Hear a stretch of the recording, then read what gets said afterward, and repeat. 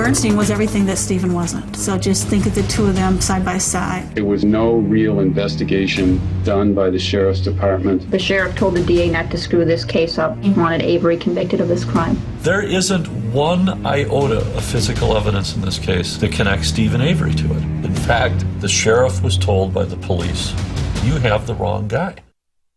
Scenes from the Netflix series Making a Murderer, a true crime story concerning a man by the name of Stephen Avery, who some suggest was wrongfully convicted not once, but twice. Avery spent 18 years in prison for rape before he was exonerated with the use of DNA evidence. But 2 years after his release, just as he was about to sue the county for $36 million, he was arrested again by the same people who wrongfully convicted him the first time, but this time for the murder of a local photographer. Let's talk about this more with the former commissioner of the New York Police and the former Iraq interim minister of the Interior, Bernard Kerik. Bernie, of course, also the author of the book, From Jailer to Jailed. Bernie, a lot of people are talking about this series. Does this stand as a prime example of the injustice within our criminal justice system? You know what, JD, and I have to tell you, in the last 48 hours, in a shopping center, in a mall, in a diner, I've heard people talking about this. And there's one thing that's come to light. People are concerned about these wrongful convictions. And this is, no matter what happened in the second case, and I think it's yet to be seen, and I think time will tell. A lot of people are concerned. This guy went to prison for 18 years for something he didn't do. Then he sues the county for $36 million, and within a certain period after, he's then arrested by some of the same people that were involved in the first prosecution. And people want to know, how does that happen? How do you take someone's freedom away? And we're seeing increasing numbers of prosecutorial misconduct and wrongful convictions all over the country. And I think this is something that the American people are concerned with. So, especially with this case, Bernie, according to the filmmaker who's produced this series, one of the jurors was convinced that Stephen Avery was set up, but still voted to find him guilty.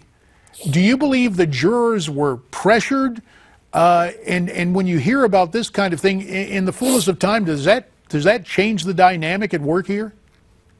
Well, you know what, JD, nobody knows what happens in that jury room, other than the jurors. And a lot of times they come out of there later and basically say they were pressured to change their mind, to either acquit or convict or whatever the case may be. I think there's a much bigger issue here.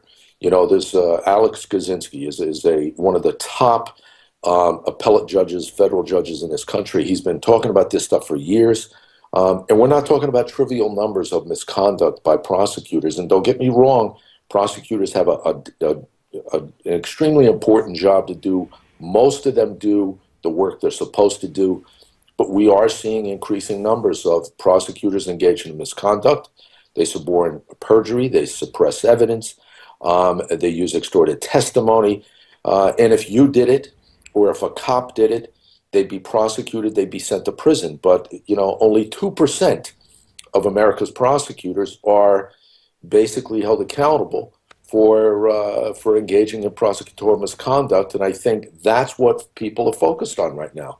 Bernie, you've been involved in law enforcement for a long time. You've seen the criminal justice system from both sides. Brendan Daisey, who is Avery's nephew, was convicted of participating in the murder, that second charge, but he confessed and later recanted, saying investigators got in his head. Can that happen in an interrogation psychologically? Absolutely. You know what? And I will say this. As naive as it may sound, prior to my own circumstances, I would have said I probably wouldn't have had the same answer, but I can tell you, you stick somebody in solitary confinement. You continually pressure them with distorted facts or disinformation, or you give them promises. You make promises to them that you're never going to keep. You know what?